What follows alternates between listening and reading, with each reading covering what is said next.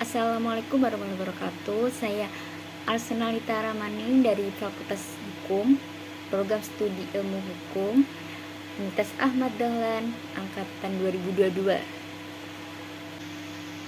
Sebelum saya memaparkan kesetujuan saya terhadap pidana mati di Indonesia, saya akan jelaskan apa itu pidana mati terlebih dahulu.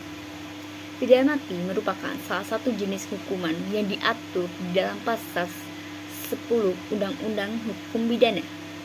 Pidana mati merupakan hukum yang paling berat yang merampas kebebasan dan hak hidup seseorang. Dalam hal ini, baik di Indonesia maupun di negara-negara dunia masih banyak terdapat pendapat yang pro dan kontra. Saya setuju pidana mati tetap dipertahankan eksistensinya. Umumnya didasarkan pada alasan konvensional, yaitu kebutuhan pidana mati sangat dibutuhkan guna menghilangkan orang-orang yang dianggap membahayakan benar umum atau negara, dirasa tidak dapat memperbaiki lagi. Orang itu tentunya adalah orang-orang yang melakukan kejahatan yang luar biasa serius.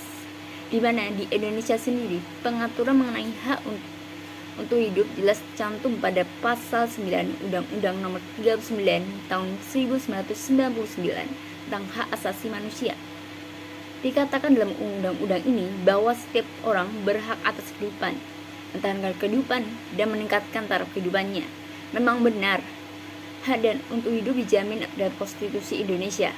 Namun, hak tersebut dapat dibantah dengan instrumen undang-undang. Di konstitusional, hukuman mati telah diatur sejumlah undang-undang. Salah satunya Undang-Undang Narkotika, dan juga telah diperkuat oleh adanya putusan Mahkamah Konstitusi.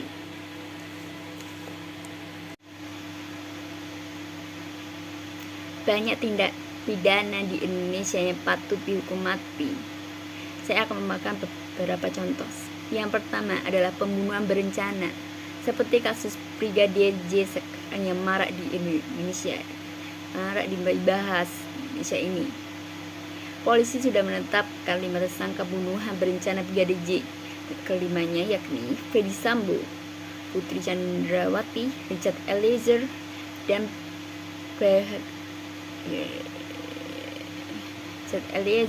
Ricky Rizal dan Kuat Ma'ruf.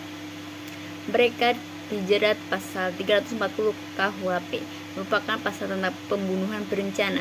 Kemudian pasal 336 adalah pasal tentang pembunuhan dengan sengaja.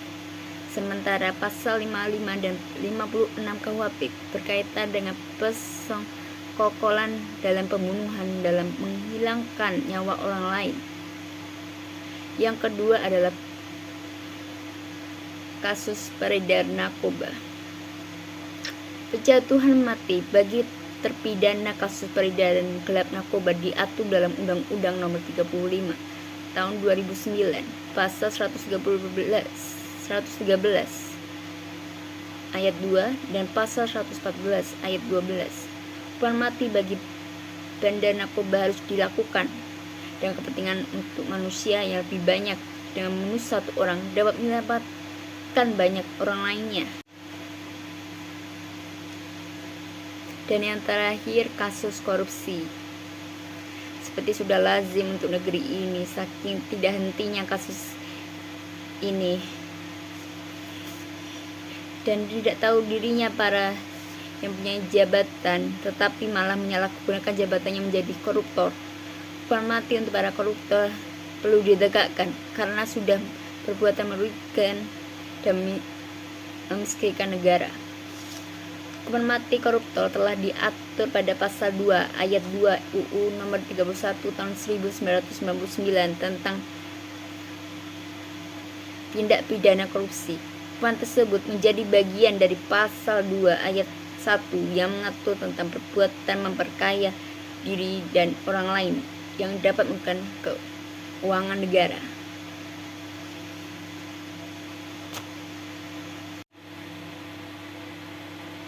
Itu saja yang dapat saya sampaikan. Jika ada salah kata, mohon maaf. Wassalamualaikum warahmatullahi wabarakatuh.